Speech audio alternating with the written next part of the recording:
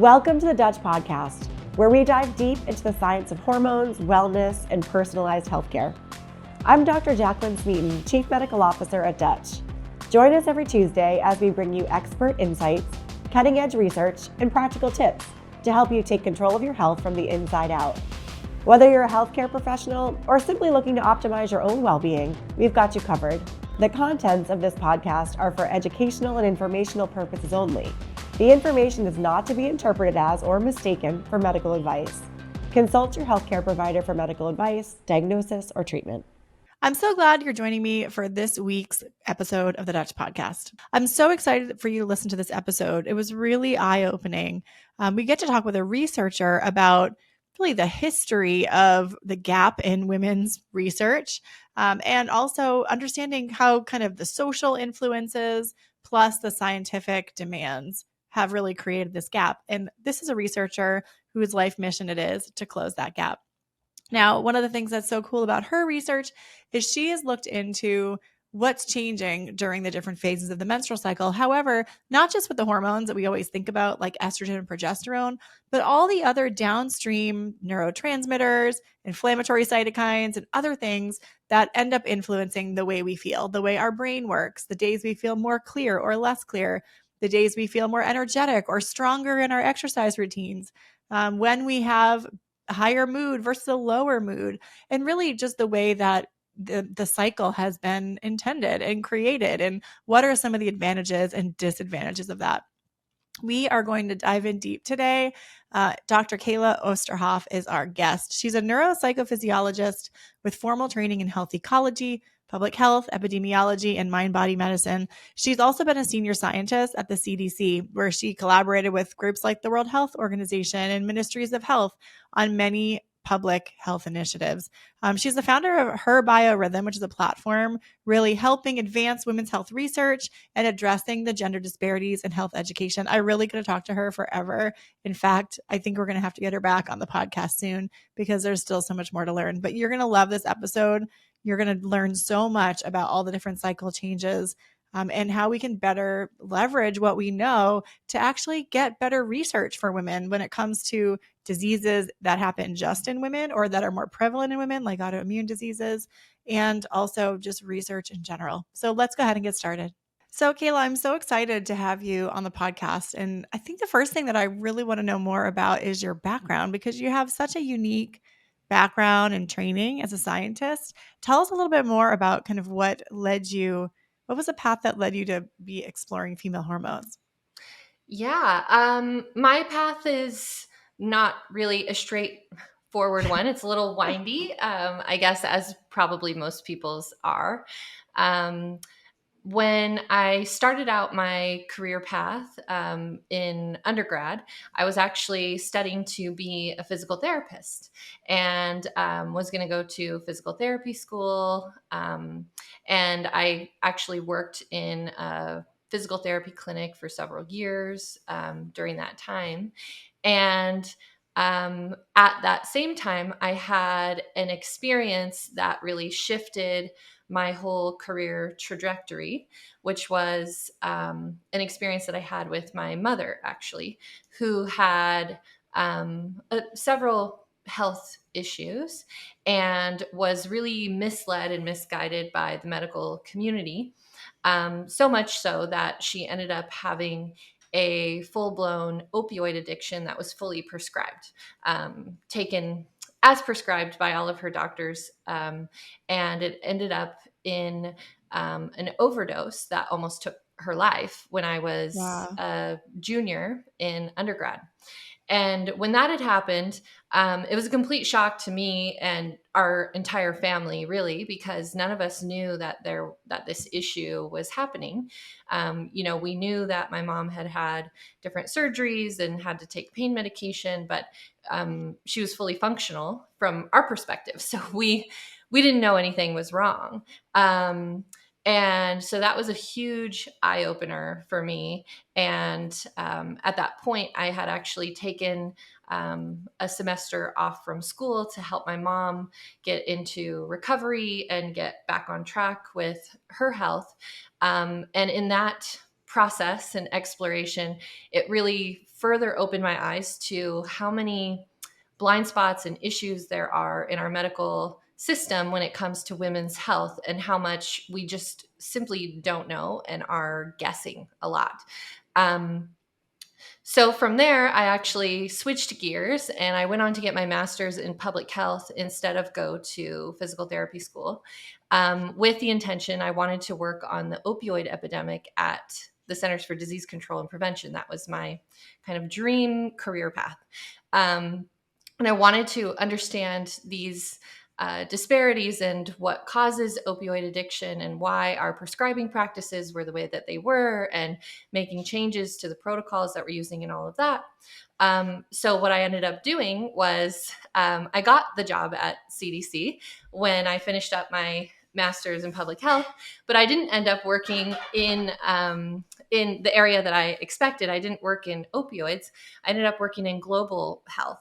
And that was also such a expansive and eye-opening experience, as you could imagine.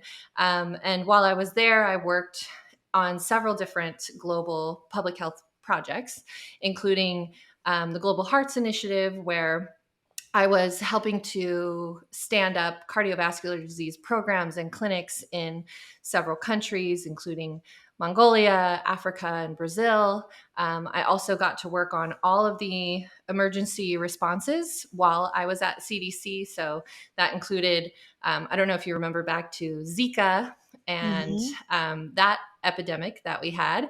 And then I worked on both of the Ebola responses. And then I worked on the COVID-19 response for several months before I ended up hanging up my government hat and moving fully into the world of research and education, and really diving fully into women's health. But what kind of further ingrained my interest in women's health at that point was the work that I had done globally, and seeing how things happen from soup to nuts when it comes to public health policies and standardized protocols and clinical practices and gold standards and even research. And what I learned and saw during that time is that women are more of a footnote in all of these areas than an actual focus. And even when it comes to women's health, it's not actually women's health. What we've relegated women's health to is reproductive health, which is just one small aspect of women's health, but all the rest of women's health gets completely ignored. And it was really kind of disheartening to see that our research and quality standards for research were very ignorant of the female body and female biology and female hormones and what all of that means.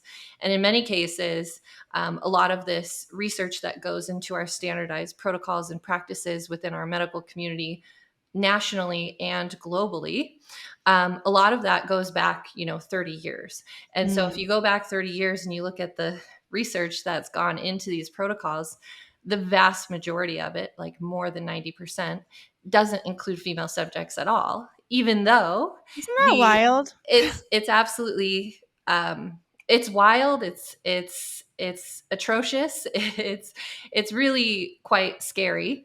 And so, of course, when we see our medical protocols and prescribing practices, even when it comes to opioids, we can understand how it's affecting women more negatively than men. And a lot of these treatments are not only ineffective, but harmful and causing injury and sometimes even death to women like my mom, because the science and the data and the research just simply isn't there to understand the differences between the male and female body and what each one requires. And hormones are the key piece that we're really not understanding, even to this day. Wow. Well, I wanted to take a minute to soak that in, and because you have quite a powerful why and a powerful backstory, and just want to express my gratitude with you sharing all that. It's clear that you've taken like a really difficult, probably horrible situation to go through and transformed it into a way to really help others. And I think that's amazing. So just want to acknowledge you for that. Thank you for taking hardship and turning it into gifts for yourself and others. It's really wonderful. I can't agree more. It's when we look at on the research spectrum, like, the way you phrase it, there's harm being caused. It's not just lack of opportunity. It's actually harm caused from misunderstanding. And it's amazing to think about research being done on men with such dominance when women are half of the population. It's really, it's there's no other word but shocking, really, I think, to utilize that. It really is. And, the problems span beyond just inclusivity. Even the research that we are doing that does include women at appropriate numbers is still not being done properly. And this is the biggest piece that I think everybody is missing. We've seen a lot in maybe the last 5 years where there's acknowledgement like, hey, yeah, we haven't included women in research.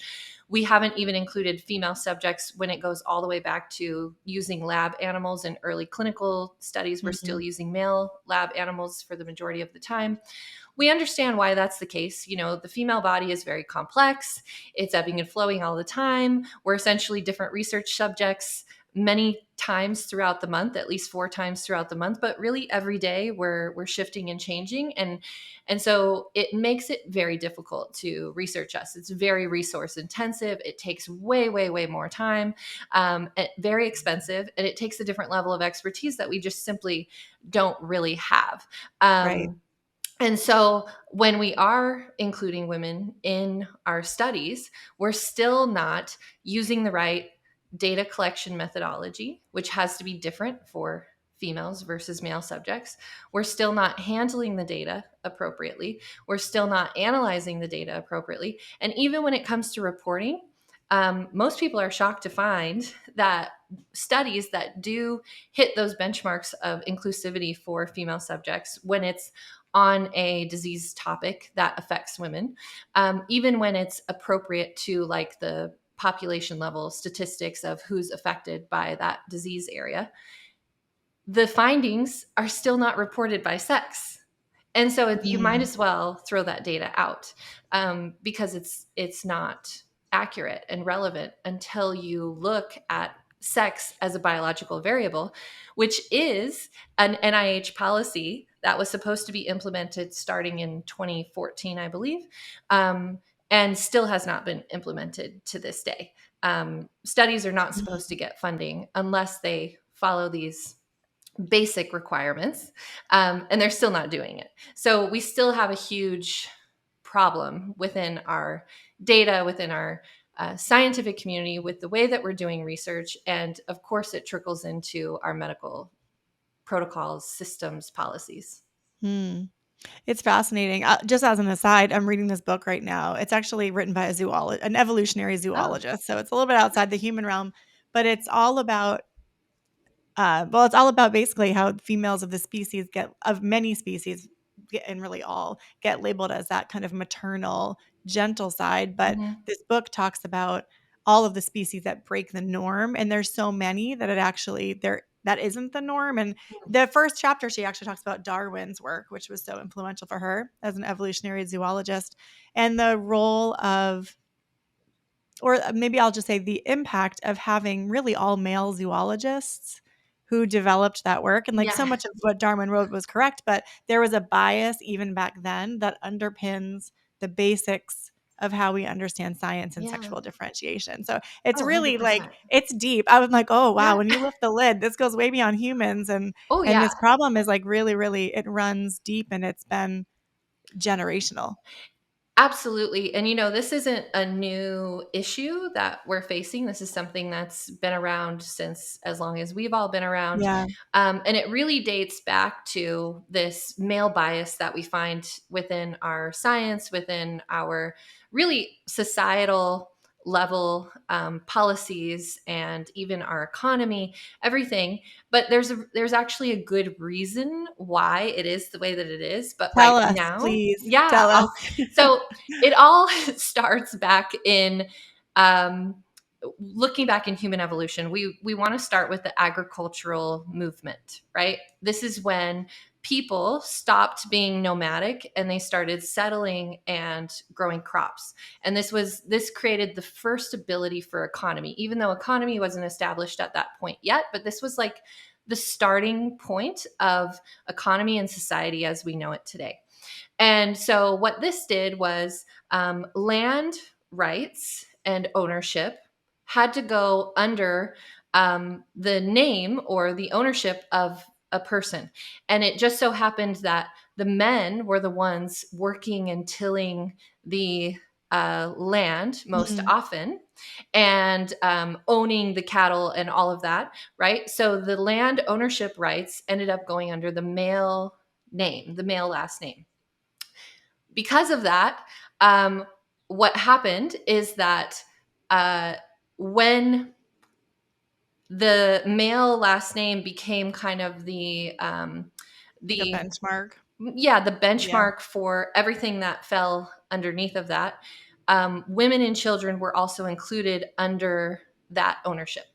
And so that's where the beginnings of a woman taking a man's last name started, was to put all the ownership of the assets under one name. And it just so happened to be the male name.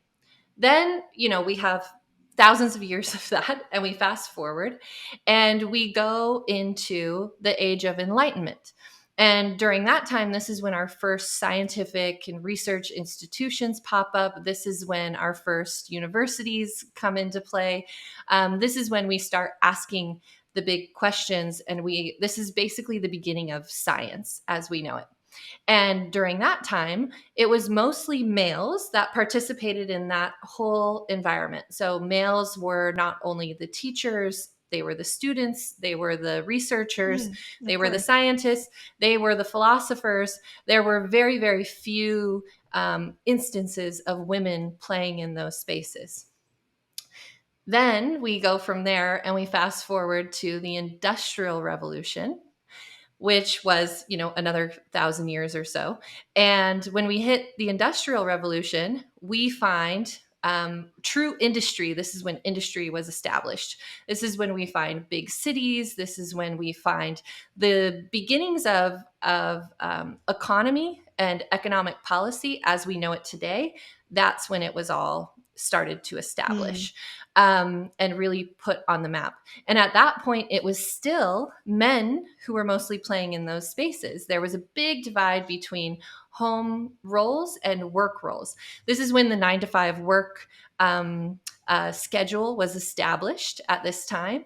This is when labor forces and our labor rights and labor laws were put into place. Oftentimes, women were not even allowed legally to work in these spaces or do that type of labor. So again, it was mostly men and males who were operating within these structures. Then we go all the way to basically 100 years ago. So we're talking thousands of years, right? Where mostly men are operating within the structures and creating the structures and building the policies and the systems and all of that, right? They're the main players. Then only 100 years ago, which is basically like a blink of an eye in this timeline, women hit the scene in a significant way because we go into the World War era.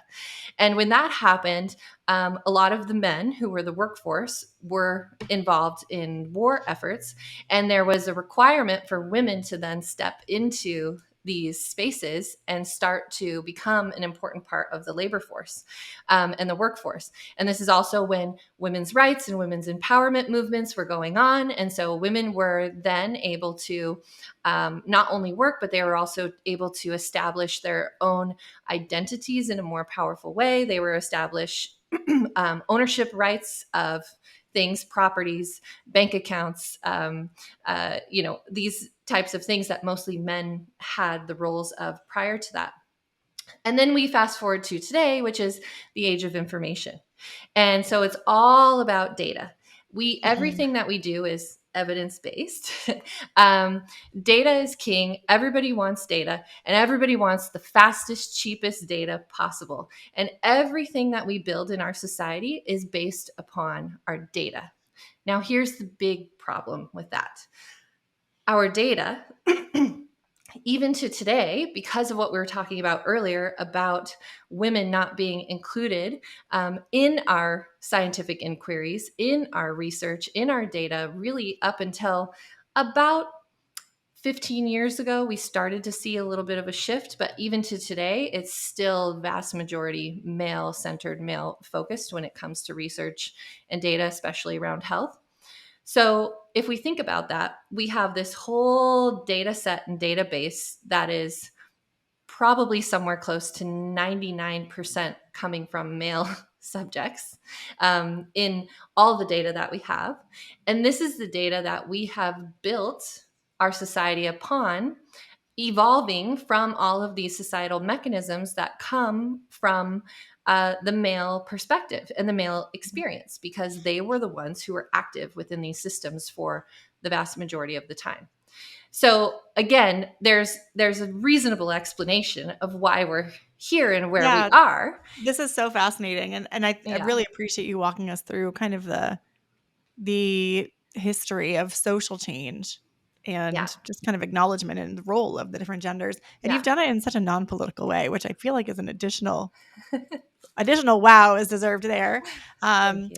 but I think even well-intentioned individuals who Mm-hmm. like embraced the important role that women play, like there was just this cultural overlooking Yeah. of the importance of research for Yeah. that gender. And I'm appreciative that it's changing, especially as women's lifespans are getting longer.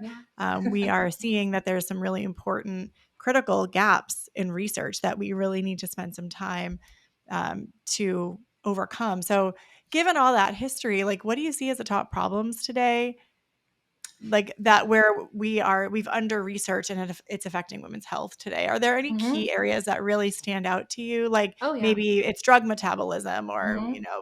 are there things that you're Yeah. like, oh gosh, these are the top priorities that we really need to like figure out what's going on? Yeah, I mean, drug metabolism is for sure an issue, but it's bigger than that. So, Mhm. drug metabolism can affect all kinds of disease areas, right? Mhm. And we know now that estrogen and progesterone levels have a significant impact on how drugs are metabolized and to what extent and what rate drugs are metabolized. So that is something that we need to take into consideration when we're prescribing, and it needs to adjust to those levels as they change and shift, not only through the month, but also throughout the lifespan and different life phases. And it's not something that we're doing, but it is something that is needed in order for women to be healthy and thrive.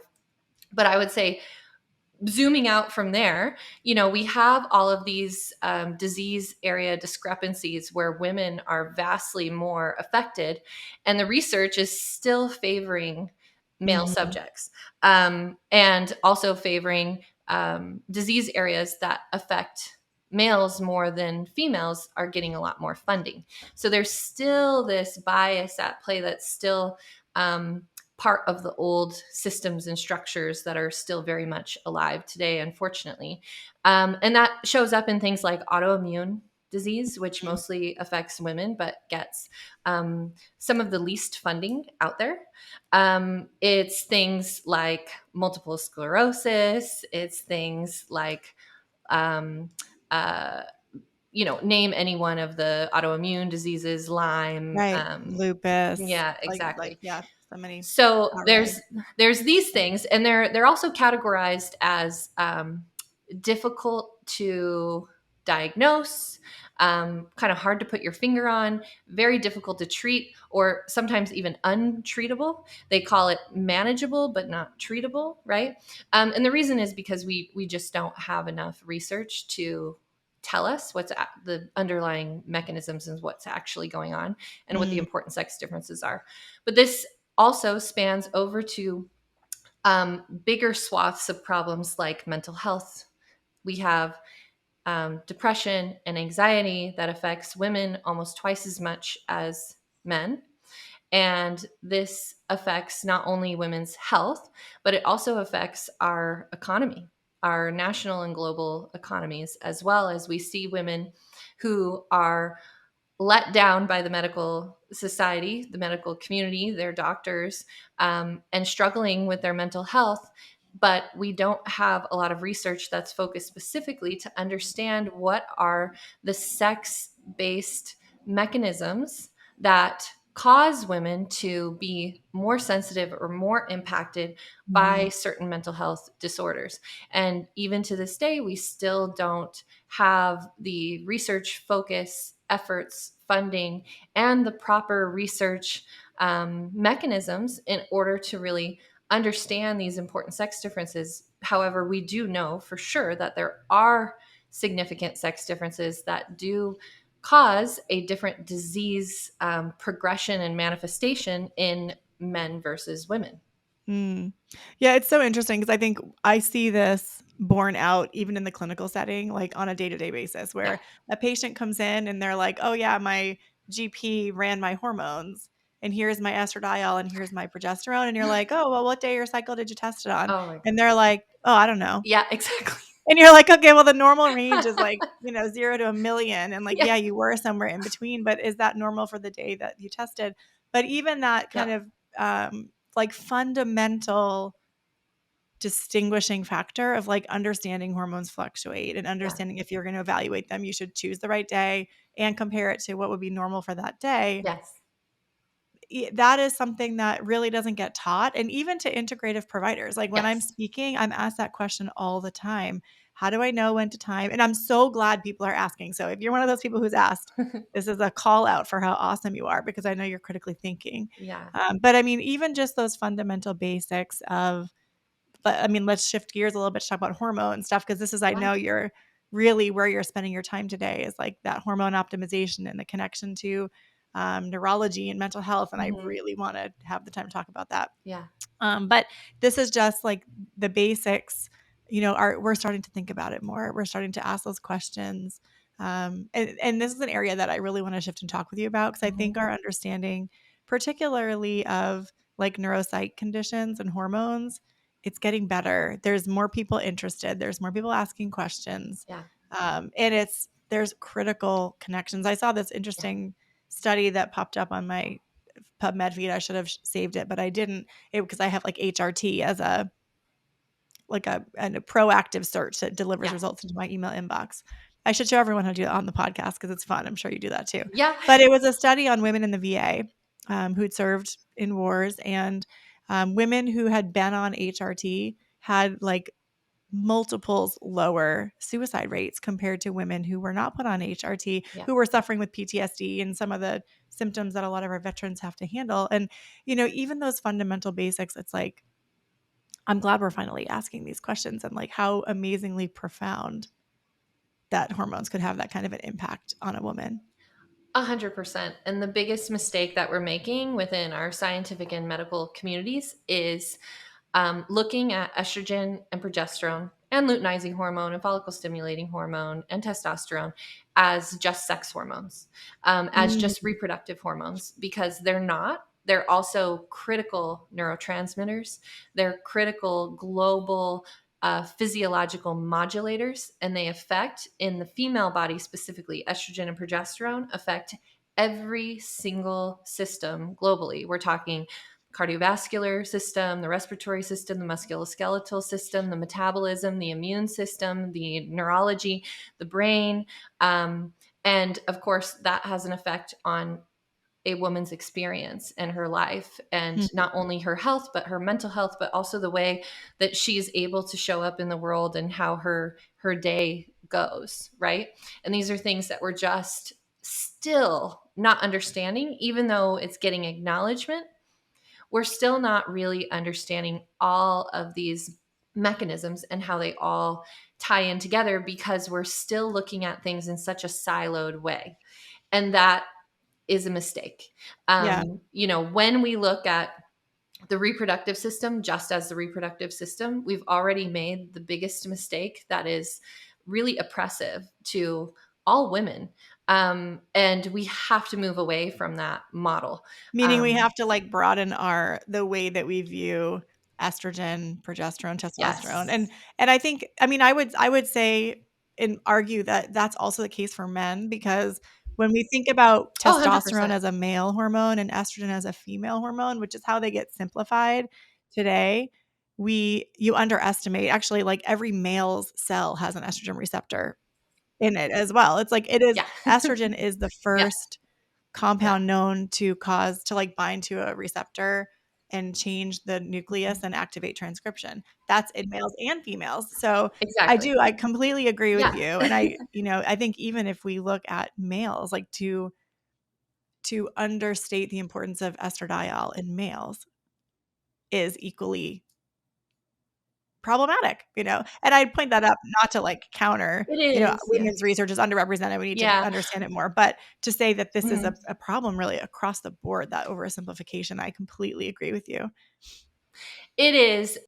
However, it is much more important for females Yes. to acknowledge because of the simple fact that from day to day, the male biology, neurology, all those other systems I mentioned, they operate on a repeating 24-hour system Yes. that is more in alignment with the adrenals and the circadian rhythm than anything else.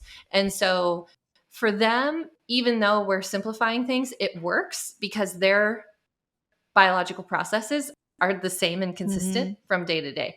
So it's actually okay to do that Yeah, with it's them. less It's not impactful for harmful. sure. For us, Yeah. it's extremely harmful because we're not the same from day to day. There's changes happening every day, little by little. And there are several big changes that occur throughout the month for actively cycling women and over the lifespan for all women, that are like critical shifts in biological function that males don't experience. And so that's why it ends up being more of a women's health issue. But yes, oversimplification is not That going to makes a lot of really sense. serve So anyone. let's shift gears a little bit and talk a little bit about the role that like fluctuations in estrogen, progesterone, cortisol influence the brain. And because I know this is an Yeah. area that you've really specialized in. Yeah. When we think about mood and cognition, tell us a little bit more about the role of the menstrual cycle and the hormonal changes that happen with the menstrual cycle on those conditions. Yeah. Yeah. Again, we want to kind of zoom out and look at estrogen and progesterone through a new lens. And this will shift the way that we see women's health generally, because estrogen and progesterone both have a pretty extreme impact on our brain and our nervous system, and all of the other systems I mentioned. But this has an effect on our cognition, on our mental health, on our ability to focus, on our cognitive skills, and all of these things. So I'll just kind of go through a regular cycle, but I'll talk about it in the lens of what I call the biorhythm. So the female biorhythm is this month-long rhythm that is set to the pace of the ovarian hormones, but it's not just the menstrual cycle, as we talked about before. It's actually this global biological system that ebbs and flows, and everything has a shift based on where these hormones are at these different checkpoints throughout that month-long cycle. And the male biorhythm, as we were just talking about before, is a daily rhythm set to the pace of two different hormones, which is cortisol, melatonin, that sleep wake cycle. And everything seems to follow that circadian rhythm versus a sex hormone rhythm in males. So, going back to the female biorhythm, when we start at the very beginning of the menstrual cycle, where estrogen and progesterone are at the lowest level, and all the sex hormones are at the lowest level, this is during the period menstruation. And this is oftentimes when women will feel very tired, they have less energy, they have less of an ability to kind of have this mental focus. They may struggle with things like depression or anxiety a little more strongly during this time versus other times in the cycle. And all of that makes a lot of sense because when estrogen specifically is low, it has an impact on key neurotransmitters, our excitatory and mood boosting neurotransmitters, that subdues their activity. So things like epinephrine, norepinephrine, glutamate, serotonin, dopamine, all of these excitatory and mood boosting neurotransmitters are positively correlated with estrogen, meaning when estrogen is higher, the activity of these neurotransmitters are higher. And sorry, just to take that one step further, the research shows women feel good when those hormones are higher. Yes. And I want to call out because I think estrogen gets a bad rap. Yeah. And so many people are like, oh, estrogen dominant. It's such a problem. We love progesterone. Progesterone, I joke, is like the princess of Yeah. the hormonal system. And people like love to think about it and talk about it and give Yeah. it. So I just want to reiterate that because this is what the 100%. evidence shows. Like, I Yeah. don't give estrogen a bad rap. It's not a bad guy. It's so important. It's important to make us feel great. So thank you for calling that out so clearly. Yeah, estrogen is, really king when it comes to women's brain health and function. I would say it's the most important neurotransmitter that we have as women for our brain health. Now, of course, issues come in when we look at estrogen detox, and that's really what we're talking about when estrogen gets a bad rap. But most people don't really understand what that means. So anyway, when estrogen and progesterone are at their lowest level, this is kind of a downshift of the whole female biological rhythm. This is a downshift of all of these global physiological processes, everything from metabolism to some of these brain functions that we just talked about, to nervous system regulation, all take kind of a downshift, meaning it's happening slower within the female system. It's kind of like a pause moment. A lot of people will call it like the winter of the cycle. It's that hibernation, it's the going inward focus that happens during that time because we have less resources as women. And so if we understand that, we do kind of want to go more into a hibernation type of mode in order to conserve and utilize our resources that we have in a more smart way.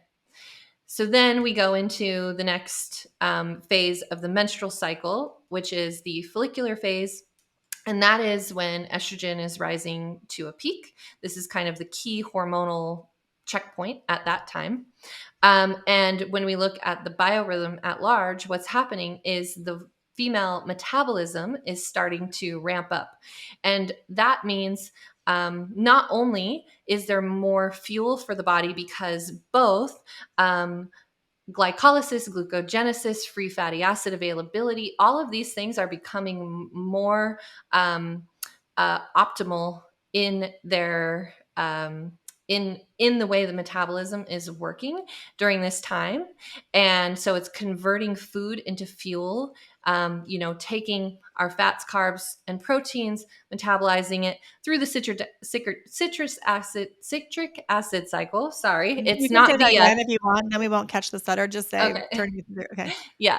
Metabolizing through the citric acid cycle and converting into ATP, which is, the power, the generation for the cells. It is our energy that we have for our body. And that whole process is starting to speed up as estrogen rises. And so, of course, women in turn start to feel like they have more energy because they do. They start to feel a little bit better because, again, those neurotransmitters that we talked about, those excitatory and mood boosting neurotransmitters, are also ramping up in their activity as estrogen rises. And what's So really this is that like pre-ovulation period where you're like, pre-ovulation, it's yeah. really interesting because I know the idea of biorhythms is like, it's known obviously that hormones fluctuate, but let's say the impact of biorhythms on women is sometimes overstated, like in social media, and very controversial. Yeah. Like you need to do this type of workout this time and this time at this. You need to eat these foods. There's optimization, but there's not, and there's alignment, but sometimes it can go too far, I think, in the suggestion made. But this is like a big one that I've personally experienced, which is that energy boost pre-ovulation. And like I lift weights and I find that like the workouts I do in the 2 to 3 days before I ovulate, I lift so heavy and it's feels easy. Like I'm having that personal light bulb moment with what you're saying right now.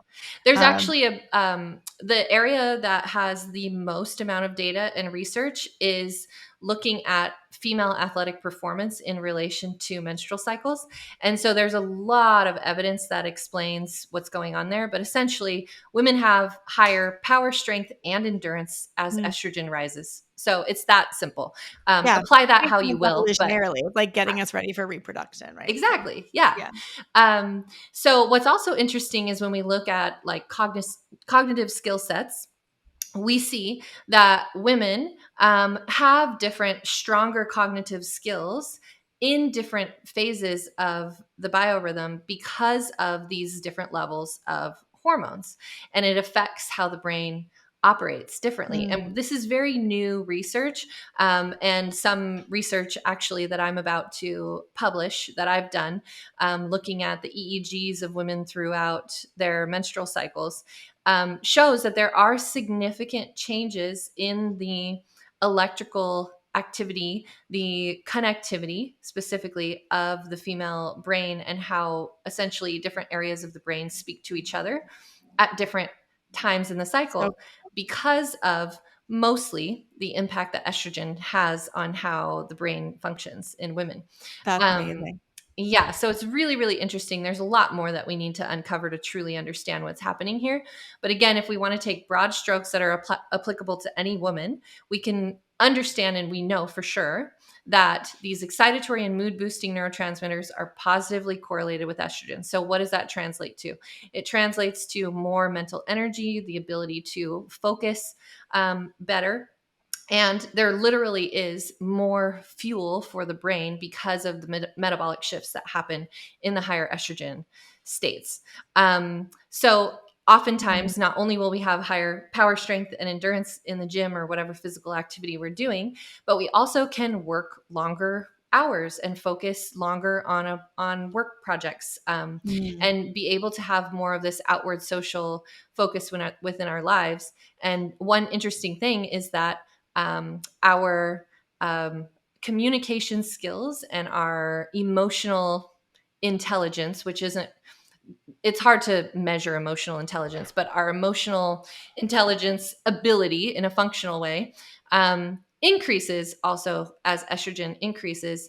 And when we hit this peak of hormones that happens around ovulation, where estrogen hits its peak, we also get this nice little peak in luteinizing hormone, follicle stimulating hormone, and testosterone.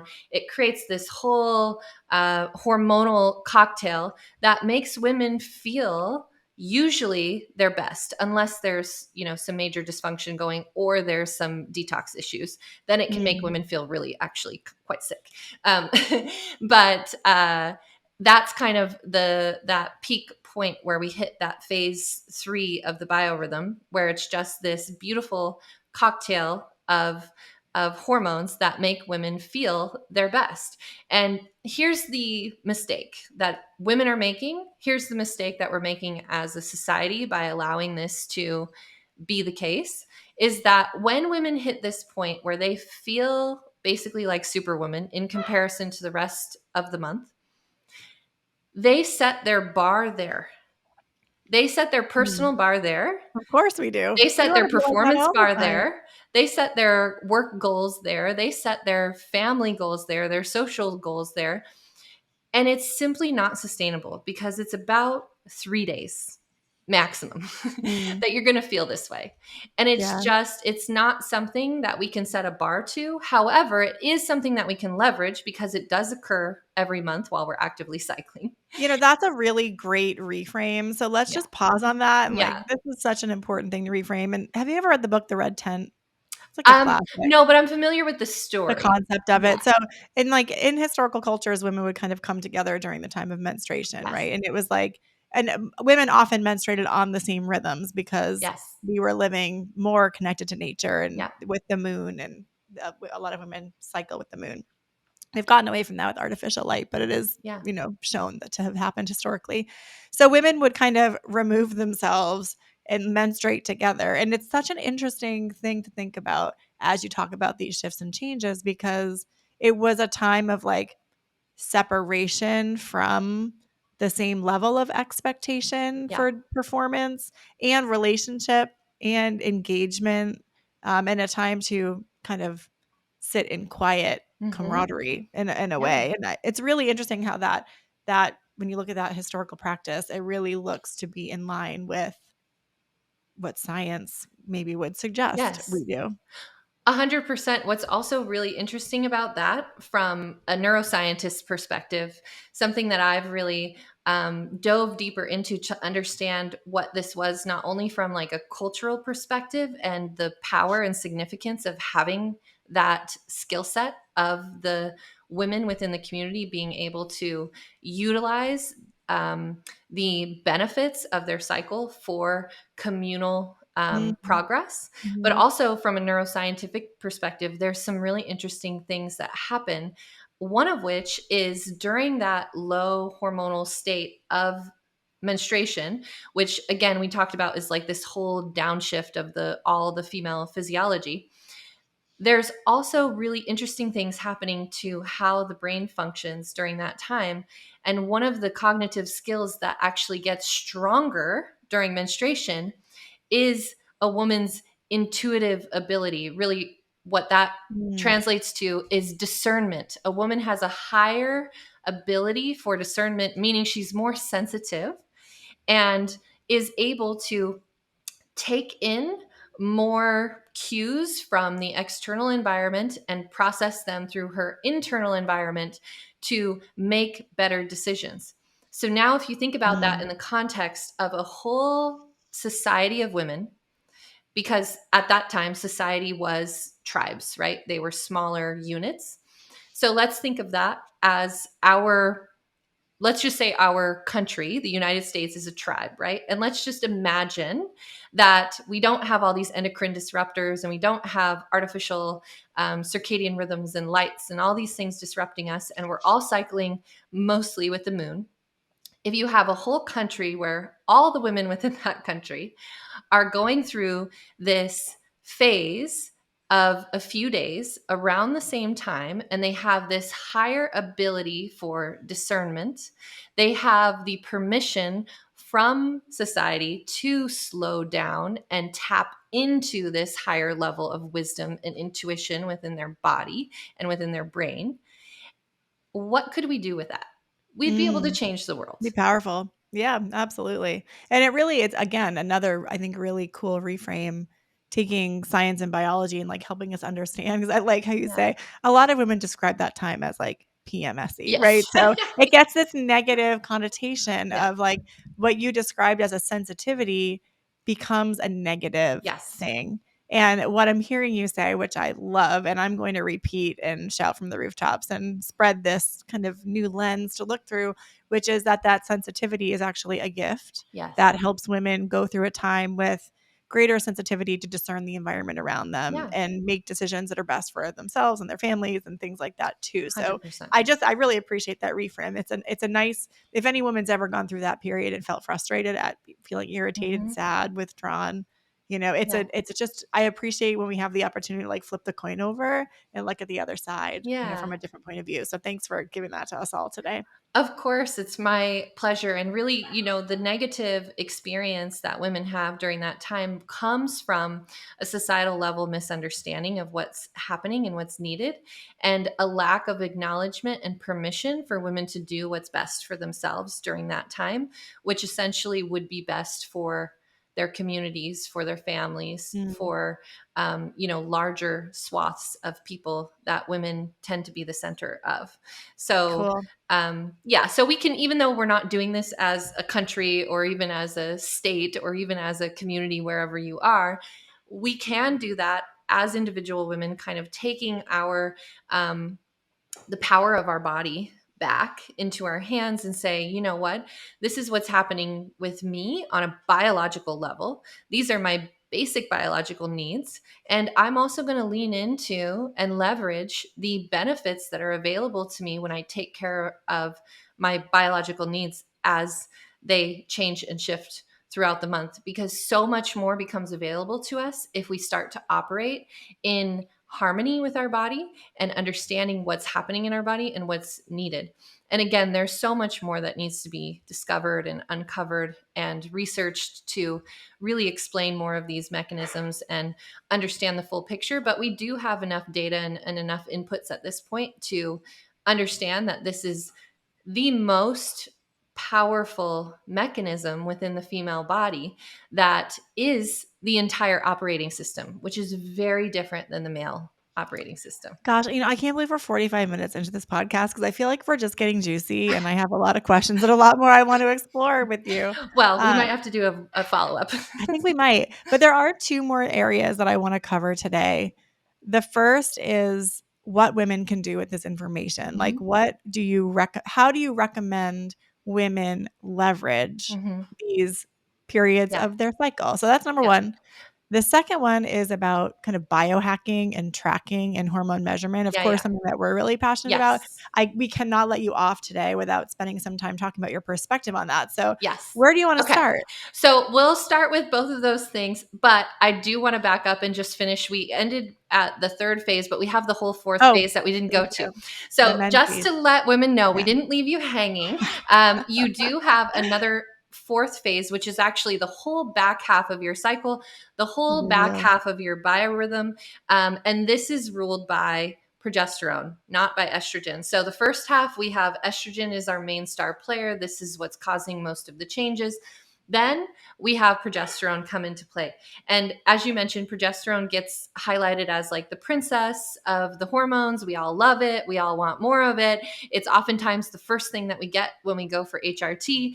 And it's related to providing like this natural anxiolytic effect. So it's like this helper to help us regulate our nervous system.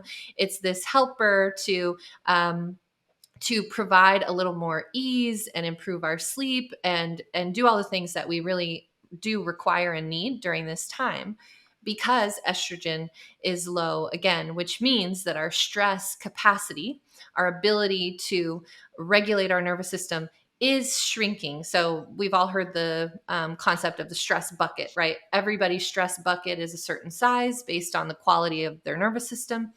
And as the quality of their nervous system changes, their stress bucket might get smaller or bigger.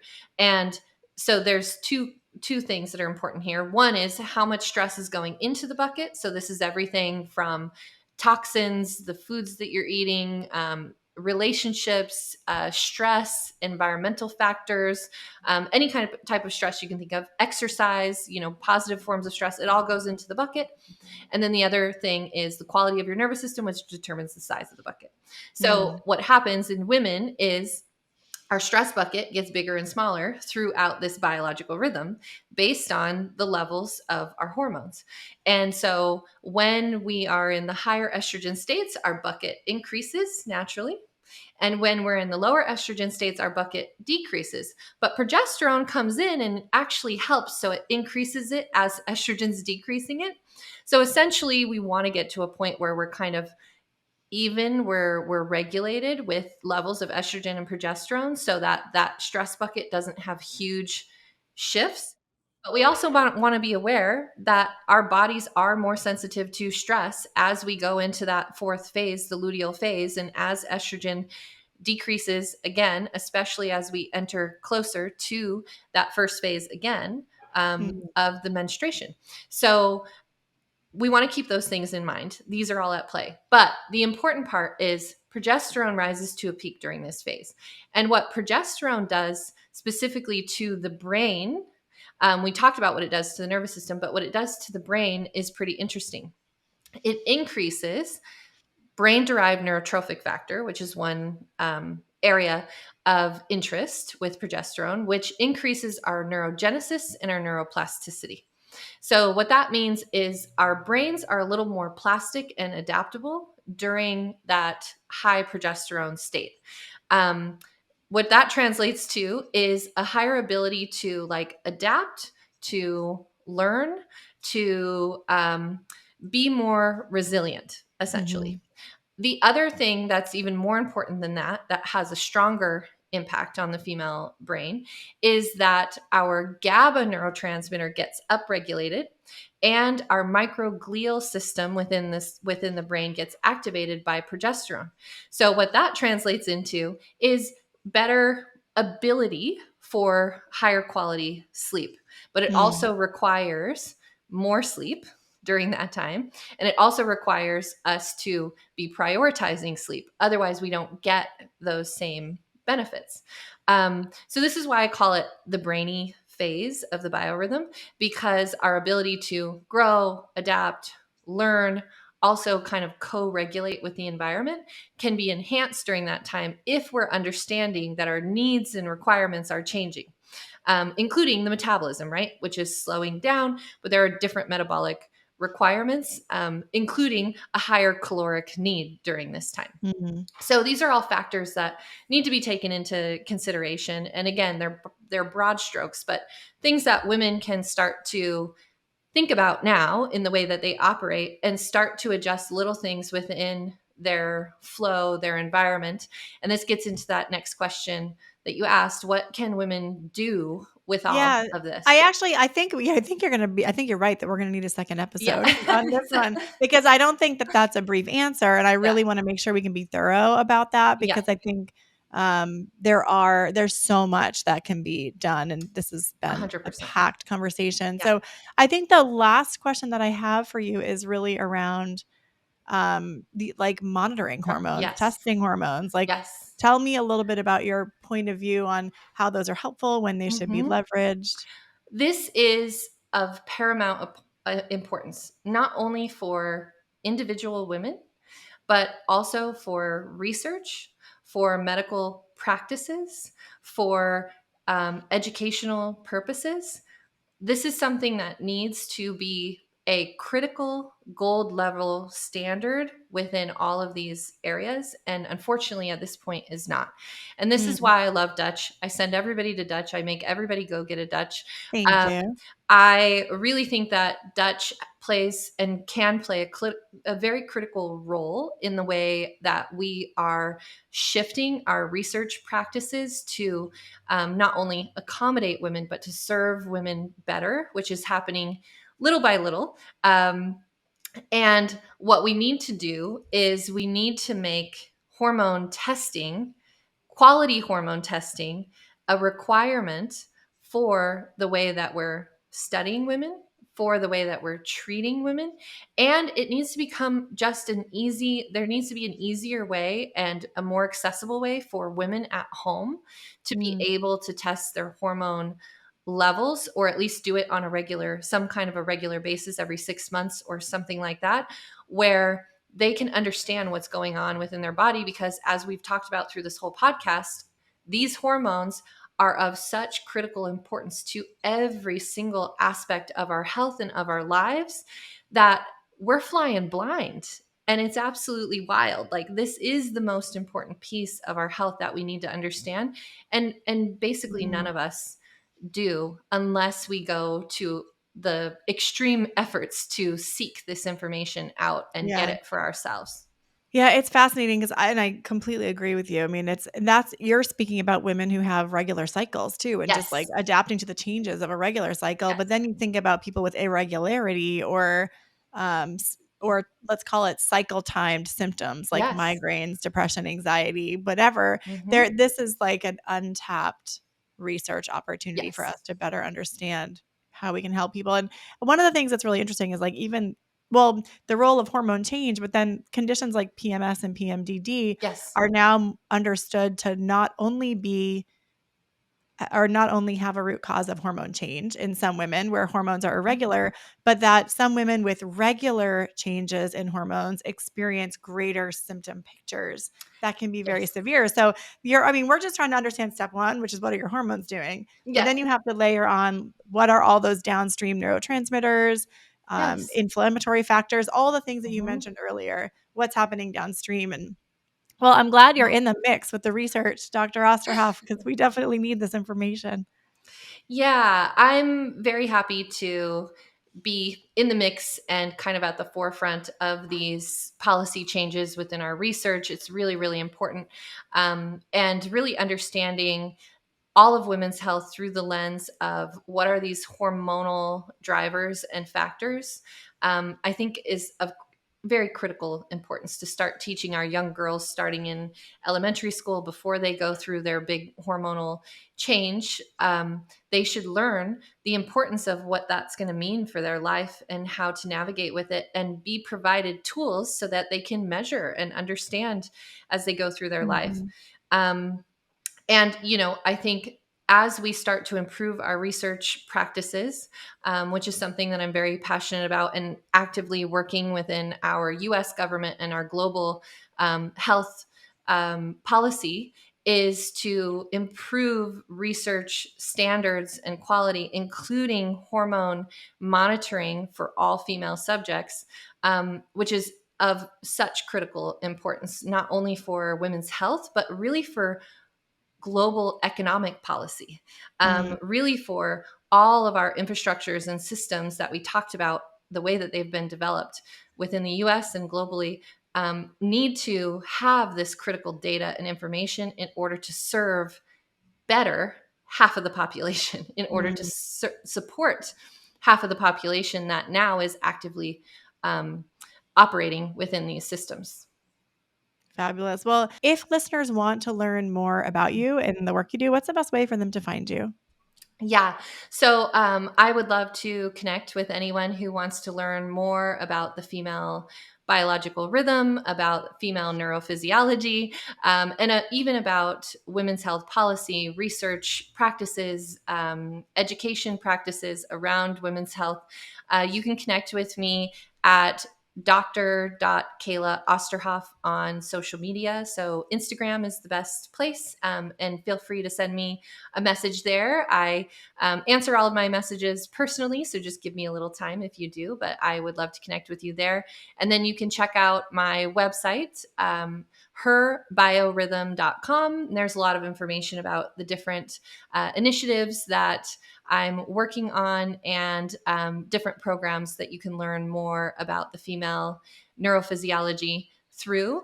And one thing that I'm really excited about is a women's mental health practitioner certification that will be coming out later this year, that brings in all of the neuroscience and the neurophysiology aspects as it relates to women's health, and also shines light on some of the gaps of knowledge that we have here and the limitations that we're working with in some of these medical practices, even looking at things like PMDD or ADHD as it applies to women, and how we're operating with these different medical practices. So I look forward to that as well. And stay tuned if you're interested.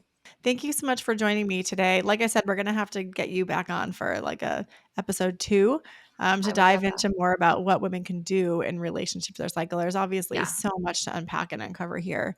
And you're really offering so much to the community. So thank you so much for joining me today. Thank you so much. I look forward to it. If you're wanting to learn and really expand your expertise in hormones, you're not going to want to miss our podcast. So make sure you tune in each and every week for our new content.